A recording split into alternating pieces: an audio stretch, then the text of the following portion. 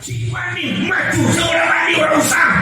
Dimanapun berada kanjeng Nabi mesti ditolong. Kenapa? Karena kanjeng Nabi bakto khususiyatun nubuwah.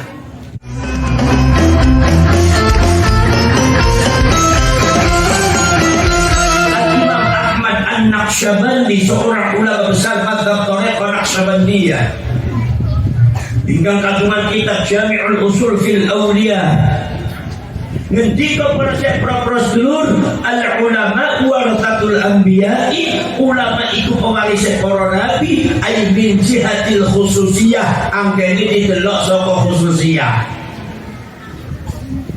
Khususiyah apa? Keistimewaan. Keistimewaan apa?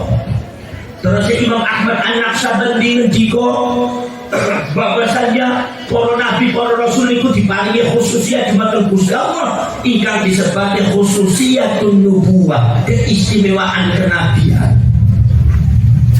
Soko khususiyatun nubuwah ini menyebabkan orang itu jadi nabi.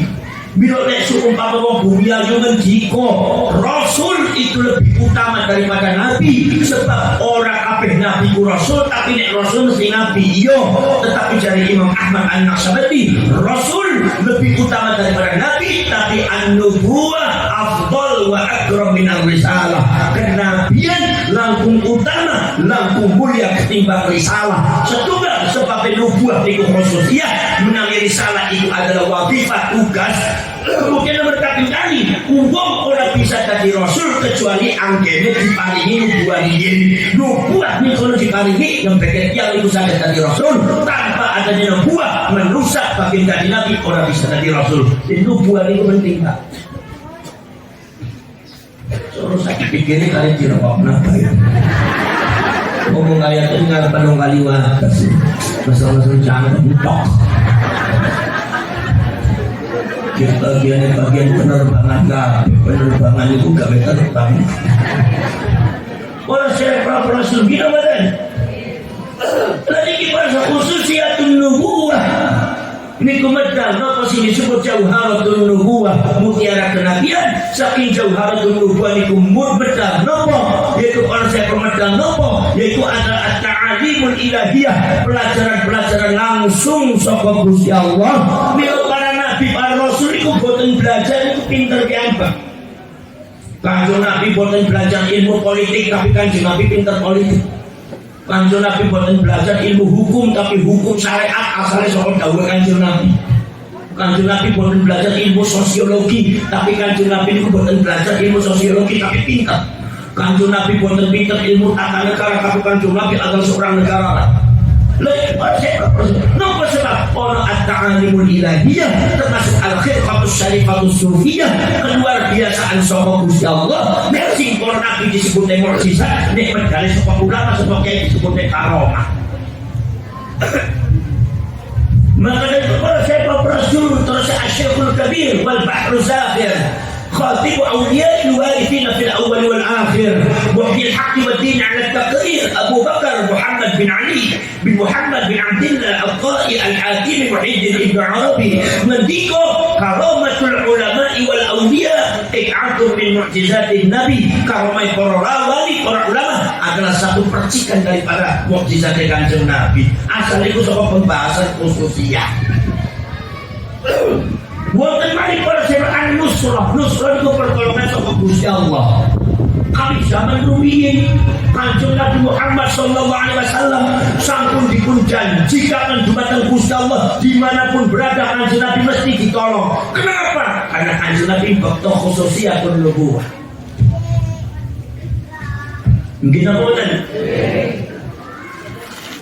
وَإِذَا أَخَذَ اللَّهُ مِيثَاقَ النَّبِيِّينَ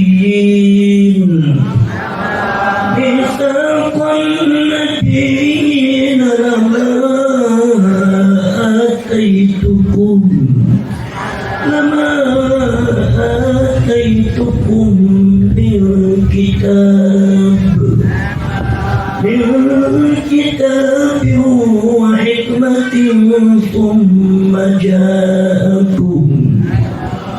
ثُمَّ جاءكم رسول مصدق لما معكم musaddiqul lima ma'akum latu'minunna bihi ولتؤمنن به ولتنصرن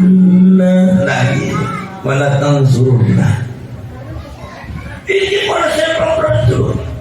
Kanjeng Nabi, tapi Kanjeng Nabi masih berupa nur, cahayane Gusti cahayane Kanjeng Nabi Nur Muhammadi. Saking percikan dipenciptakan swarga bari neraka, bila panjenengan pengen mlebu swarga sing kata maca selawat marang Kanjeng. Percikan mari dipun diciptakan dumateng Gusti Allah neraka, bila panjenengan pengen selamat saka neraka sing kata selawat marang Kanjeng. Percik mari dipun dadiaken dunya seisine, bila panjenengan pengen jembar rezeki apik dunyane sing kata selawat marang Kanjeng. Begitu percik mani dipun ciptakan arwahul anbiya wal mursalin, roh-roh para nabi para rasul nyawa dipun ciptakan dumateng Gusti Allah Ta'ala. Pada waktu nyawa dipun ciptakan dumateng Gusti Allah, niku para nabi para rasul dipun kempalakan dumateng Gusti Allah dalam satu tempat, dalam satu waktu. Dalam satu tempat, dalam satu waktu. Bila Nabi Rasul pernah dikumpulkan dalam satu tempat, dalam satu waktu, maka jelas tempatnya orang di dunia. Sebab di dunia sejarah mengatakan para Nabi tidak pernah kumpul dalam satu tempat dan waktu. Kali zaman Nabi Adam, nanti zaman Nabi Muhammad orang pernah. Nabi Adam kali Nabi Isa ya tua-tua. Maka dari itu upami di Al-Quran disebut wa'id akhadallahu mitsaqan nabiyyin, ketika Gusti Allah mengambil sumpah perjanjian para nabi para rasul, nabi rasul dikumpulkan dalam satu tempat. Ini jelas tempatnya bukan di dunia, tempatnya terpundi. Al-Imam Sahibul Ta'wil Abu Ja'far Muhammad bin Jarir At-Tabari, seorang ulama besar abad ke-10 Hijriah, kitab al-arane Jami'ul Bayan fi Tafsiril Quran, mendikot tempat dan waktunya disebut zamanul arwah, zaman ketika para nabi para rasul masih berparah. Niki para sahabat rasul dipun kempalaken napa sing dikawin Gusti Allah Ta'ala. Gusti Allah mendika sira kabeh bakal diutus ninyong dadi nabi dadi rasul. Tempatnya beda-beda, zamannya ora padha, syariatnya ora padha, tapi tujuannya padha. Akidahnya padha. Waktu ora padha, tempatnya ora padha, umatmu sejen-sejen. Lah di saat kalian nanti menjadi para nabi dan para rasul di dunia, di saat kalian sudah menerima mukjizat dariku, Gusti Allah Ta'ala mengumumkan thumma ja'akum rasulun musaddiqul lima ma'akum. Setelah kalian akan datang seorang rasul di akhir zaman bakal datang. Nopo bakal tersinta Nabi Muhammad namanya. Ciri-ciri nopo musaddiqul lima ma'akum. Rasul yang beneran nopo sing wis disampaikan dumateng para nabi para rasul sebelumnya, bahkan merehabilitasi undang-undangnya. Jadi Kanjeng Nabi itu sejak zaman arwah, Kanjeng Nabi masih berupa nur atau cahaya. Niku nyuwun sewu sampun diumumaken dumateng Gusti Allah, para nabi para rasul nyawane dipun umumaken dipun kempalaken dumateng Gusti Allah. Tur Gusti Allah ngumumaken Kanjeng Nabi sebagai rasul. Ini barangkali muludan pertama kali kemarin itu bahasa muludan pertama kali yang sampai itu jelok merek muludan.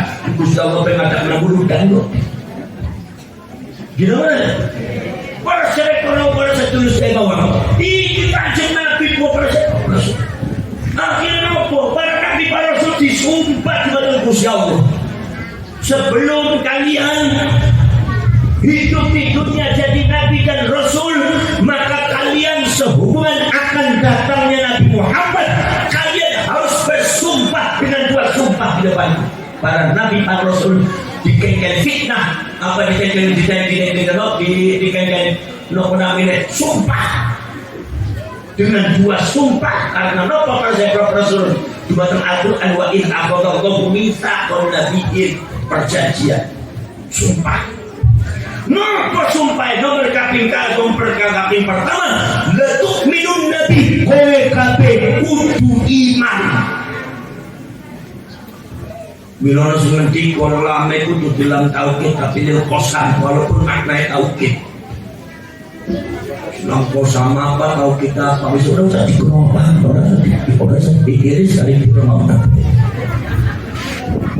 Demi Biar ini kabeh kudu iman bareng kanjeng Nabi. Para nabi, para rasul itu diperintah iman bareng Gusti Allah, kanjeng Nabi. Iman apa sih? Al-Imam Abu Abdullah Muhammad bin Idris Asy-Syafi'i, Imam Syafi'i ngendika, sing dimaksud para Gusti Allah minun Nabi, iki para nabi para rasul diperintah iman bareng Gusti Allah kanjeng Nabi. Maksudnya adalah diperintah syahadat. Menurut Imam Syafi'i ngendika karena al-anbiya wal mursalun yashtaduna ila Muhammadin Rasulillah sallallahu alaihi wasallam. Para nabi para rasul itu ketika hidup di dunia jadi nabi dan jadi rasul, mereka semuanya bersyahadat kepada kanjeng Nabi Muhammad SAW. Asyhadu an la ilaha illallah wa asyhadu anna Muhammadar Rasulullah.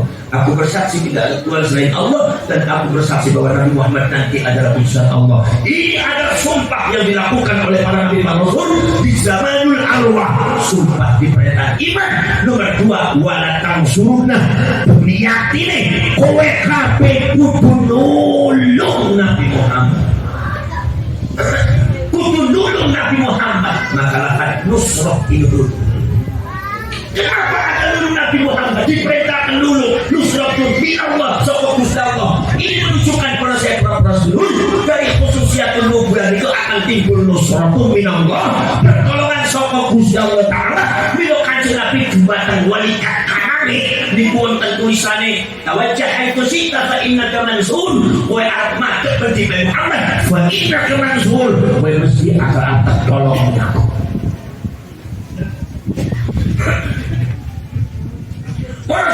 Proses pasti akan tertolong dengan aku. Kemudian proses terjemahkan Al-Quran walaqad nasarakumullahu fi mawaqtin katsiratin wa yawma Hunain.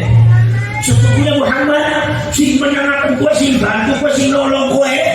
Padha aku ngadepi musuh ikut cucu umat Muhammad tapi aku. Buktinya apa? Pada waktu perang Badar kekuatanmu cuma 3.000 menghadapi 30.000 aku menangkan. Ketika Khaibar kekuatanmu cuma 30.000 menghadapi 100.000 aku menangkan. Tetapi ketika perang Hunain umatmu 100.000 begitu banyaknya, musuhmu cuma 30.000 begitu kecilnya. Tetapi umatmu kocar kacir, aku sengaja kocar kacirkan dan aku kembalikan untuk bisa melawan musuhnya, untuk memberitahu kepada engkau wahai Muhammad bahwa sesungguhnya yang memenangkan kamu bukan umatmu tapi aku. Menjadi Gusti Allah mendiko Muhammad angkat kowe iku berjuang angkat semua orang gelem orang saja si wani maju seorang wani orang usah urusan menang orang menang urusan pun Gusti